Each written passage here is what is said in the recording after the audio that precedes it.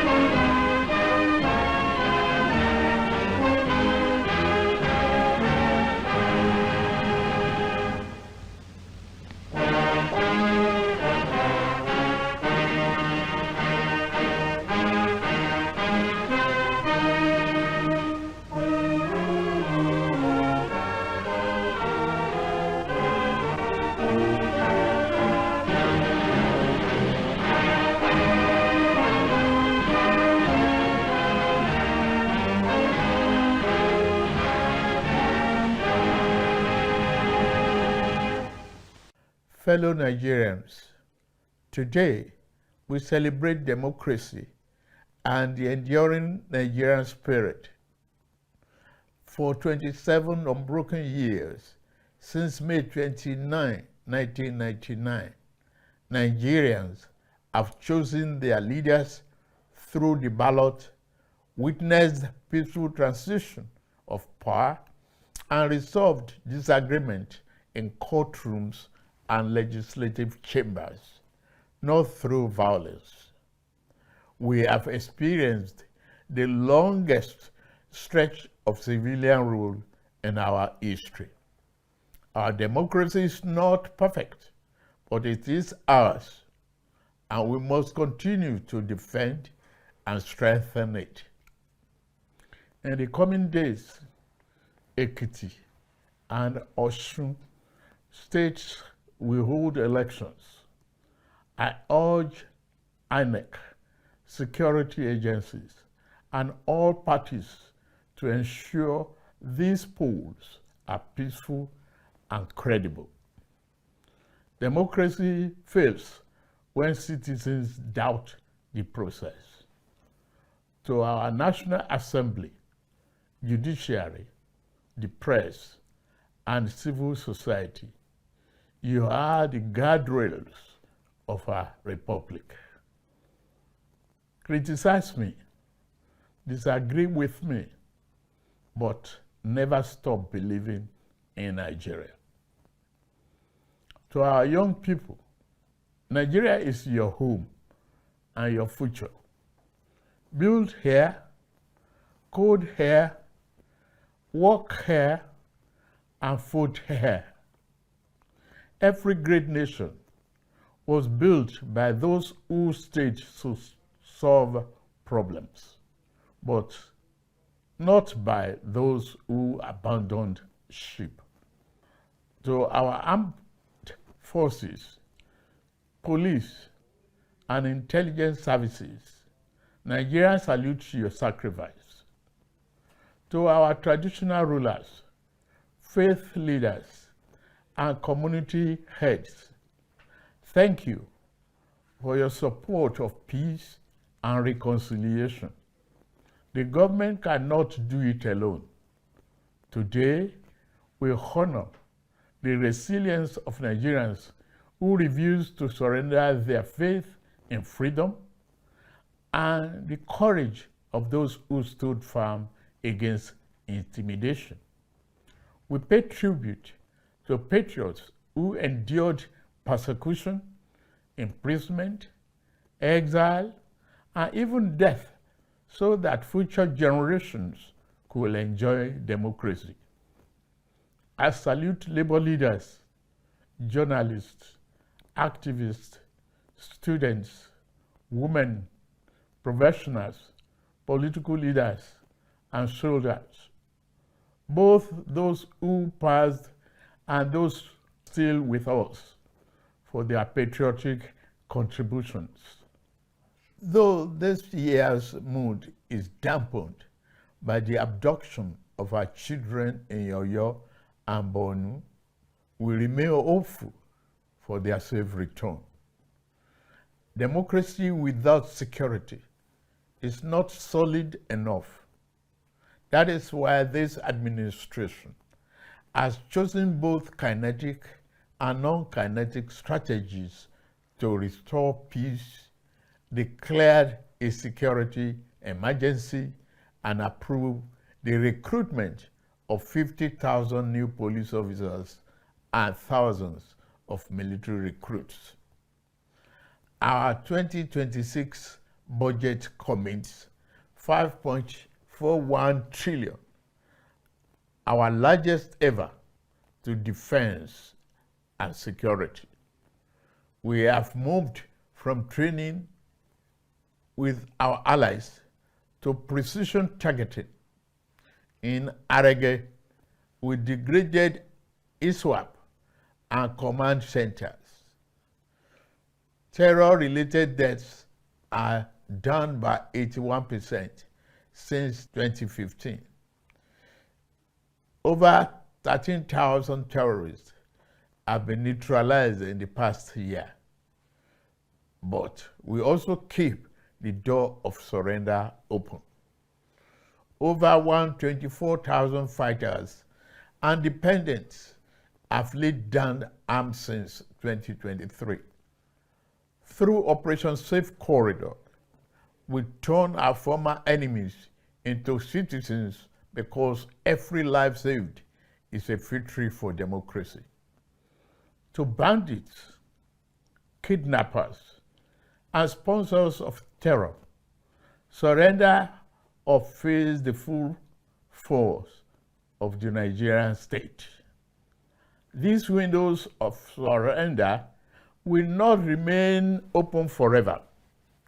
No mercy will be shown to those who trade in blood of Nigerians. At a time like this, let us not assign blames or point fingers. Crime has no ethnicity. We must stand united and be assured that the enemies of our nation shall soon be history. We will triumph over terror and continue to build a more prosperous nation. June 12 occupies a sacred place in our national memory. It represents more than an election. It is a defining chapter in our history.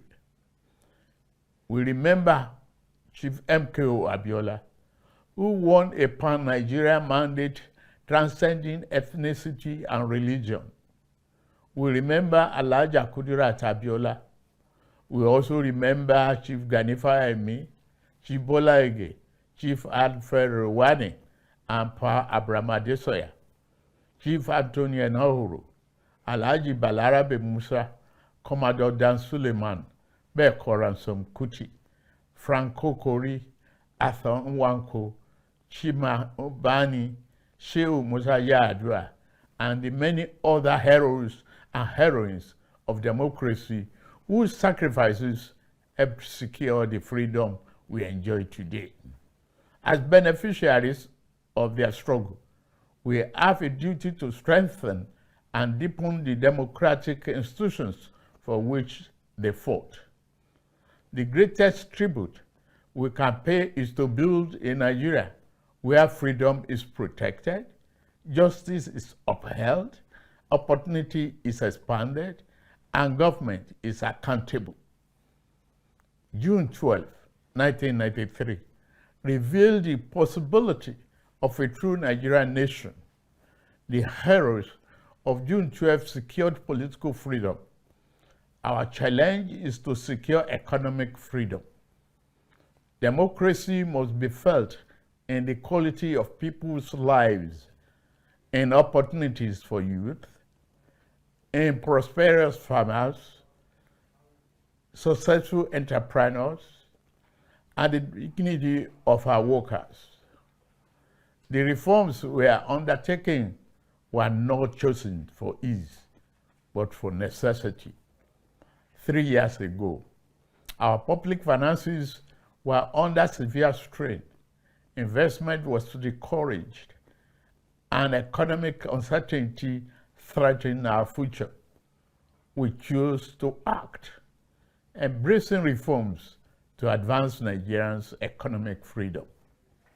Since 2023, our reforms have restored stability and credibility to economic management.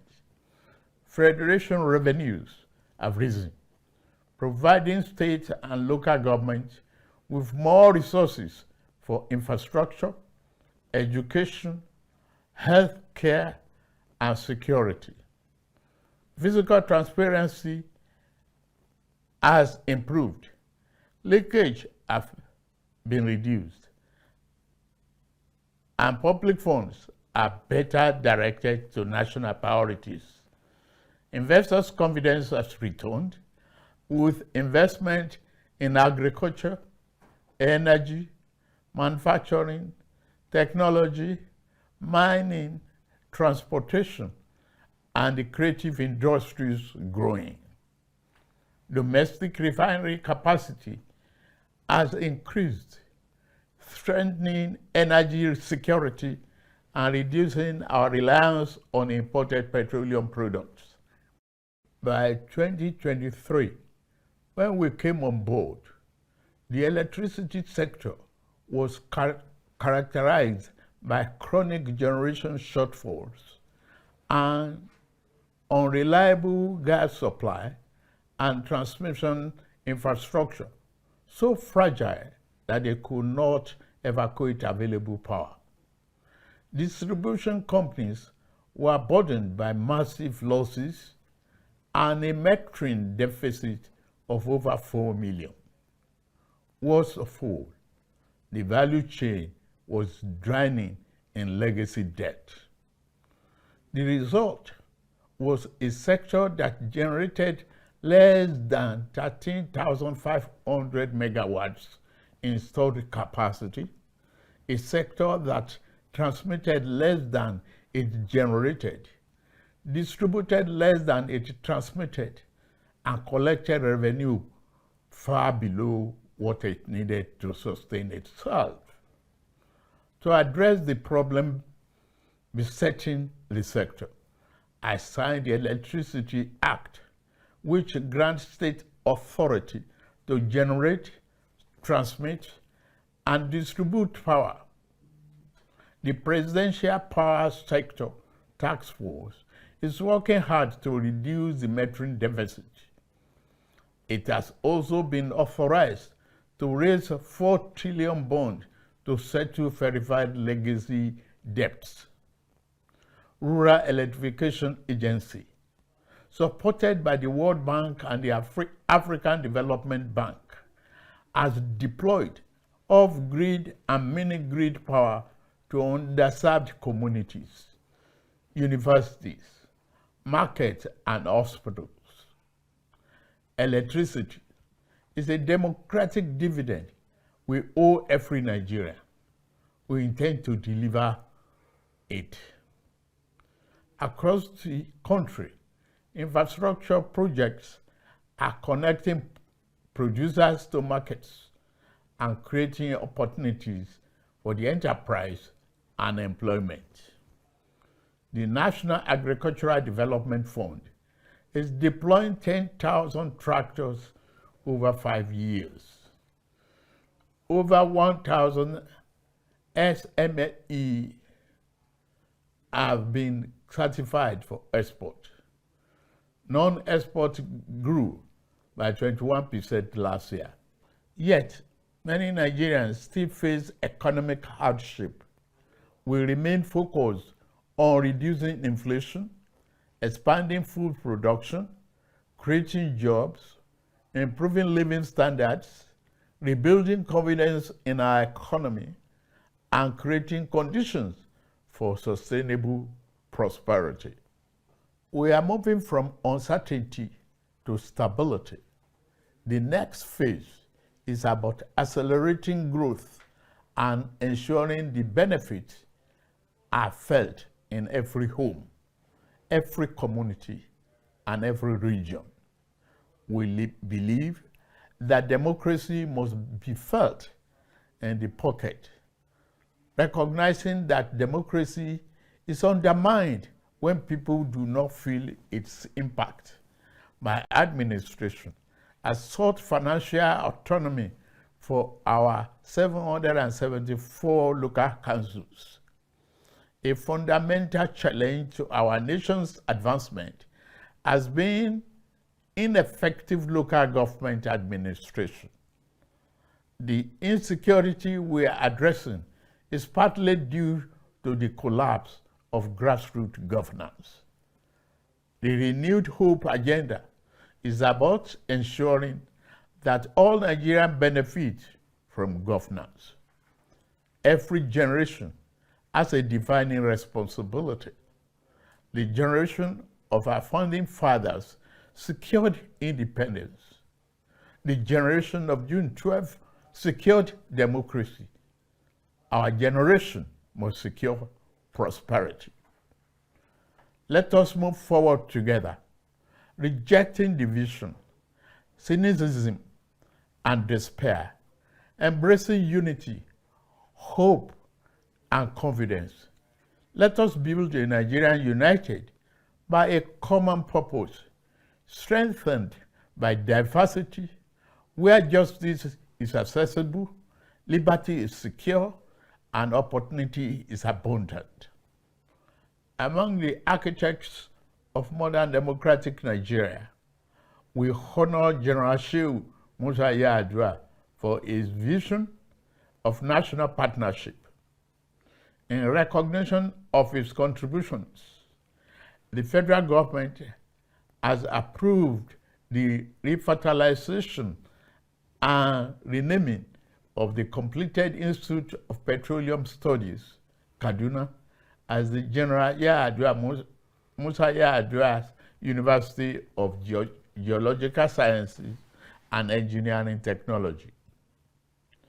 I'm also pleased to announce the national awards to the following Nigerians who suffered persecution, endured indignity, exile, incarceration, and at times solitary confinement, so that we have democracy today. Barrister Ayoka Lawani, Tunde Fagbele, Oladele Alake, Olatunji Bello, Louis Odion, Segun Babatope, Sam Omoseye, Sir Ademola Oshinubi, Bola Bolawole, Ladeboni Ola, Femi Kusa, Debo Adeniran, Chief Ayo Padokun, Chief Raf Obiora, Ose Osayoje, Barrister Osa Director, Professor Sylvester Odion Akai, Dr. Nwanko Posthumous, Dr. Osage Obayinwana, Joe Oke Odumake, Barrister Titus Mann, Joe Igbokwe, Richard Akeola, Ben Charles Obi, Posthumous, George Umba, Niran Malaolu, Major General Shola Williams, retired, Femi Aborishade, Jenkins Alumona, Gbemiga Ogunleye, Muyiwa Adekaye, Babajide Kolade Otitoju.